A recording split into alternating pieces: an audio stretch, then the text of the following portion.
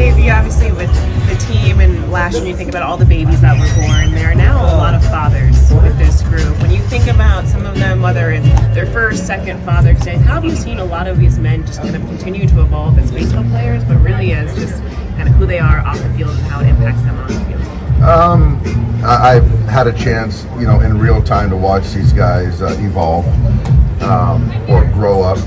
I think that obviously there's nothing more perspective driven than being a parent, and so they've changed as men and they've changed as ball players. It's been fun and watching some of these kids grow up and watch these guys grow into fathers. Last night we saw a game that essentially turned into a bullpen one. So I guess first things first, how's Yoshinobu doing today? Did you get any updates? Did you speak to the doctors just yet? I know it's still kind of early. I haven't seen him today. We are going to IL him. He's going to get some testing done. I don't know the results or when he's going to get it done, but obviously we're going to do our due diligence.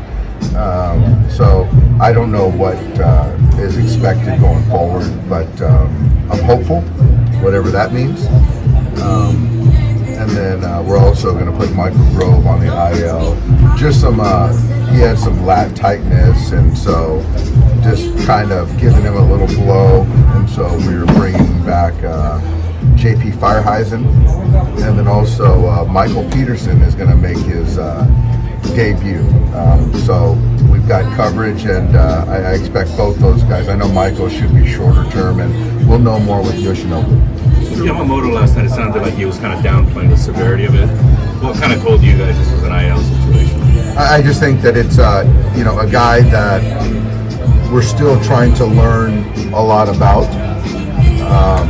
and appreciate the fact that the most important time of the season is yet to come, and his health is paramount.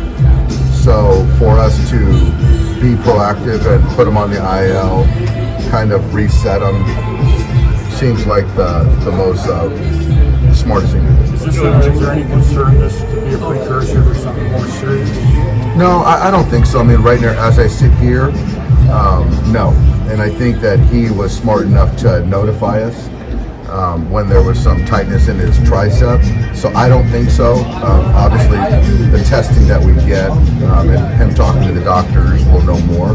But I don't think so. I really don't. He stopped throwing his slider pretty early in his career in Japan, resulting in some discomfort.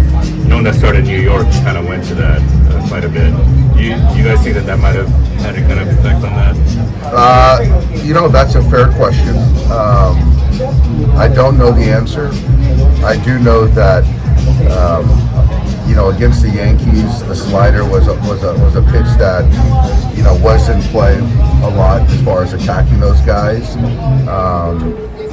But he obviously has carte blanche to throw whatever he wants to throw, whatever he feels comfortable throwing or confident in throwing. But I can't speak to if that was the reason why he came out of that start with soreness. I mean, is that a pitch that he kind of needs, you think, to kind of pitch at that level? It's certainly helpful. It's a fastball. It's a four-seam fastball. It's a plus split. There's a curveball. But to have something that's hard and turns left, it certainly makes him. It's another weapon. But there's a balance. If that's something that causes discomfort, then you got to think long and hard about it.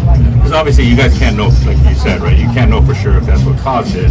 Yeah. That's it. This happened. How do you kind of go forward from here in terms of like figuring out? I think the main thing for us is just to take some time off. Obviously evaluate it, get the soreness out, and then we go from there. Did you talk to Yoshinobu after you talked to us last night? No, I did not. Did you get any more clarity maybe with Mark and Connor about those lines of communication? What I did is I did talk to Mark, and the conversation was, how do you feel? I don't feel 100%. I don't feel frisky, but I feel fine. And so there's many conversations that happen every day in the big leagues as far as the pitching coach, where you're not going to expect to feel frisky every start. and you get through it. So again, that's the communication that would relate to me. Is that frisky in English? Through interpretation. I don't know what that word is in Japanese. Dave, what's the focus with Calvin Biggio as he gets acclimated to the new team? The focus is play third base versus right. If he has to kick out during a game and we hit for Jason, to then go out to right field, to play first base if needed, to play second base. But I think just to give him some runway versus right-handed pitching and see what we have. But I really like his head. I like the baseball player. And I do believe that, the change of scenery, he's going to help us. Dave, what would be the adjustments to the rotation now with the IL move? Well, I think that it's status quo because Bobby is going to come in and pitch Wednesday, and so I think that it's going to be status quo with the addition of Bobby, outside of potentially inserting a starter, a spot start if that needs to be. If that needs to happen. Is there a sense of, I don't know if relief is the right word, but just knowing that Bobby's coming back, you've got Clayton Kershaw who's now starting his rehab assignment, his way back, just knowing that you do have a lot of high value arms and starters that are kind of just available, that are coming available, so allowing guys who need to take a moment, things like that, but doesn't necessarily set you guys back. It is, and part of constructing the roster is getting in abundance of starting pitching, and it's just in baseball everywhere guys go down at different times and you've got to be able to backfill. So to know that Clayton is starting his rehab assignment, we get Bobby back obviously, and it's certainly helpful, and that's kind of part of the thought behind putting this roster together. Are Yoshinobu's tests going on today? Or are you Yeah, expecting results today. At some point I'm today? expecting today, and I'm sure we should know by today. Yeah. Do you know what the injury is actually being called at this point? Right now, all I know is from him is like there was soreness with the tricep.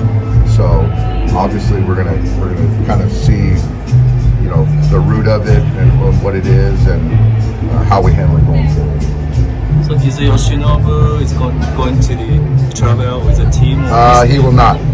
He will not go with us to Denver. Dave, you said, you guys are still learning Yamamoto's tendencies. As a result of that, more than likely, how long does it take? Does it take a season to figure out a player's tendencies? And because of that, we probably may expect more changes to the news then as the season progresses? I think it's like all things, it's a two-way street. There's got to be a communication on our side, but most importantly, there's got to be communication from the player, regardless of who he is, to give us the best information on how to kind of manage him. And so it's a learning process, and there's a continued trust, and just to understand, what not frisky means versus I'm sore. And so those are things that just you've got to kind of go through it, and it's not linear. Every player's different, and kind of that's part of this whole process. That's just the way it is. A language barrier probably doesn't help, I assume. No, it's just, and it's like, but again, the more time you spend with anyone, you start to learn more. So I still stand by the fact that I wouldn't put a guy out there in harm's way. I've never done it. And so, Ryan Yarborough picked us up big after throwing 64 pitches 2 nights ago, but said he can give us an inning and not put himself in jeopardy. He did that. And so those are the communication things that, we've got to continue to build on. What's that like you looking at Glasnow in terms of, obviously I think this is like the longest stretch of starts he's ever gone, uninterrupted. Since you kind of like map him out forward, given that he's going to, probably throw career high innings this year. I think with Tyler, there is a threading of the needle in the sense of understanding that if we stay with what we've been doing, he's going to really eclipse what he's ever done. Understanding that. So to kind of manage it, we're trying to give him extra rest in between starts.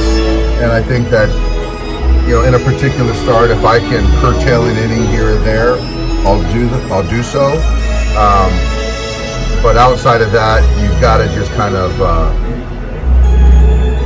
read and react on how he's feeling. He seems pretty communicative. He's very, very communicative. Yeah, he does a really good job. With a guy in his first year in the majors like Yamamoto, how much do you monitor pitch count and pitch work? Because he had 4 straight outings of 100 or more. Well, I think if you look at pitch count, you could argue to say that we've been too easy on him as far as workload, pitch count. He's a guy that's pitched north of 120 many times over. So I think that I've been mindful of trying to not get him, keep him right around 100, and with the extra days in between. So, I don't know. So we are mindful of it. But again, some people can say that we've pitched him too much, but I think the majority can say that you could argue he's pitched less than he's used to. So there's just no one way to kind of do this. There's no one right way, Just quickly with Mike Peterson, what can you tell us about him? What do you expect? So Mike is he's a good man. I'm excited for him. He's had to earn his way to the big leagues.